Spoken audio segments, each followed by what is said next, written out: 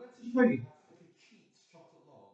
And this all starts off with a shop bought chocolate kind of Swiss roll thing. Either way, you can make your own Swiss roll with a chocolate buttercream filling and a chocolate sponge yourself, but this is the cheats version. So instead of paying all that money for a factory-made Yule log, then you can make your own this way. So starting off with your shop bought chocolate Swiss roll with a kind of vanilla flavour cream in the middle. For the outside, for the chocolate buttercream, you need 125 grams, which is half of what was standard butter. It's really up to you whether you use salted or unsalted. Most recipe books would say that for cooking, always use unsalted. I don't mind either way, I'll just use what I've got in. So first of all, this needs to be softened, ready to incorporate the other ingredients. So make sure it's at room temperature or thereabouts. You might need to warm it up slightly in the microwave. But using electric whisk, get this beginning to look light and fluffy. So already this has gone paler in colour.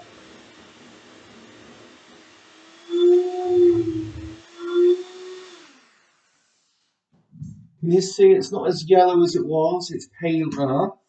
And this is going to be a lot easier to work the icing sugar into. So you need twice as much icing sugar as butter.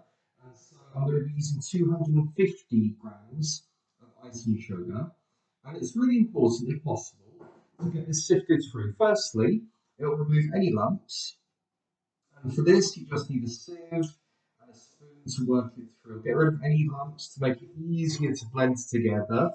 And it will also give it a lighter, fluffier texture. So just keep beating that against or rather knocking that against the sieve there.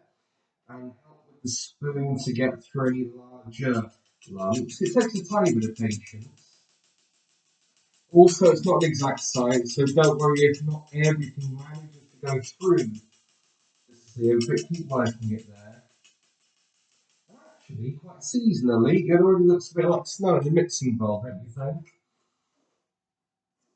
Even though some of these short haul versions look really, really pleasant, and of course they'll look very precise, don't they, and very perfect. There's nothing better than a home decorated Yule log. It's the kind of thing you can get younger relatives involved with making as well. It's a lot of fun. I used to do this lesson at the end of every Christmas term when I taught some food tech, and everybody enjoyed getting involved. When I was year 7 or year 9, they really enjoyed this. This having, well, the danger is that icing sugar can go everywhere, so speeding this up a bit, most of these lumps are out, so the rest can go in there. So fluffy. So the danger is that by turning on the whisk, you'll get a huge, huge mountain of icing sugar turning into a little avalanche or a snowstorm. So here's what I do. I begin by mixing it with the beaters by hand, if you like. Can you see what I'm doing here? I'm not turning on the motor yet. I'm also going to add the tiniest bit, beginning with 1 tablespoon of milk. So firstly, this takes away the powderiness of the icing sugar. I'm going to go with 2 tablespoons here. It takes away the powderiness of the icing sugar, but also it's going to make it more spreadable because this will need to be moderately loose to go over the chocolate log. So this goes back on.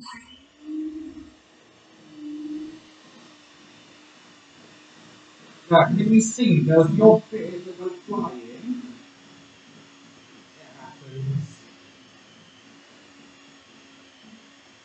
It's starting to come together quite nicely. That's a tiny bit on the thick side. So I think I'm going to add 1 more tablespoon of milk. Now also into this goes, I would say about 2 tablespoons of cocoa powder, depending on how cocoa you want it. That's what I measured out earlier. So again, I'm going to begin by mixing it by hand so it doesn't go flying everywhere. And then the beater can go on. There we go.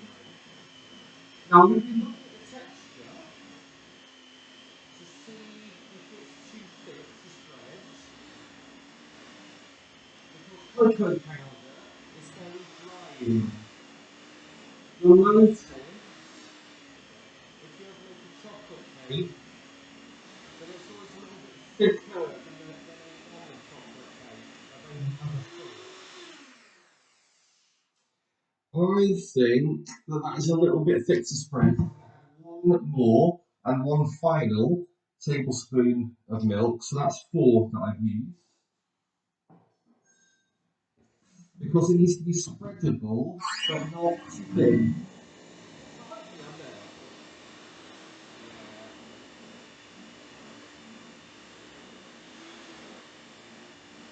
Can you hear the difference?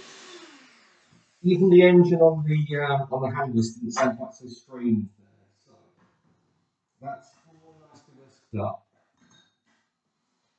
With home baking, nothing's ever a perfect science, and so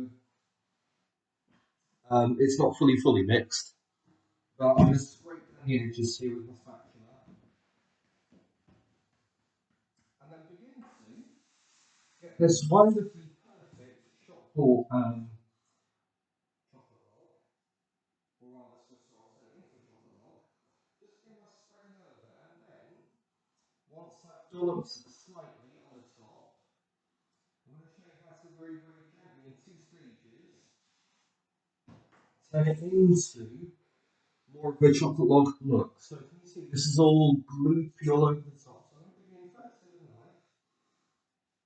I'm aiming for between a half and 1 centimetre thickness on the top here. Can you see that this is starting to take shape? Now, if this has been made in a factory, if you're going to buy an expensive one from the shop, it would look perfect and even on the outside. But I think the beauty of home cooking and home baking is that it doesn't look perfect. That's what gives it character. That's what gives it richness.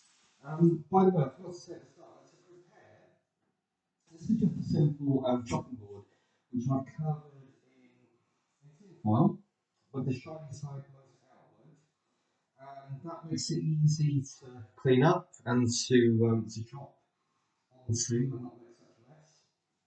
And also, it's a little bit festive and Christmassy, I think. So, the first stage is with the spatula and the knife. I'm going to go and be a little bit more messy underneath. Can you see where I'm going there? I'm going to now make it into more of a 90-degree angle. If it goes under, then even better, but actually, I want it to hold still on the chopping board at this stage. So that's going straight along there, and then make it more round on the top. And can you see how that's forming really nicely? And of course, I want the ends to look nice and chocolatey, so none of that white vanilla flavour buttercream showing. So nice dollop there on the edge. Now, this is ever so slightly on the overly spreadable baking texture. So when this goes in the fridge for a bit afterwards, it will firm up really nicely. So you don't see then all of the edges now. You've got the gist of it. So this is what I'm going to do to finish off is last bit with the knife. And then to finish, grab a normal everyday eating fork, table fork, and make kind of not precise drags along there to make it look a little bit more tree trunk log like. And then very finally, tiny bit of icing sugar to give it that bit of a snow look. And by using all of these ingredients at home, by buying the chocolate Swiss already better by making your own.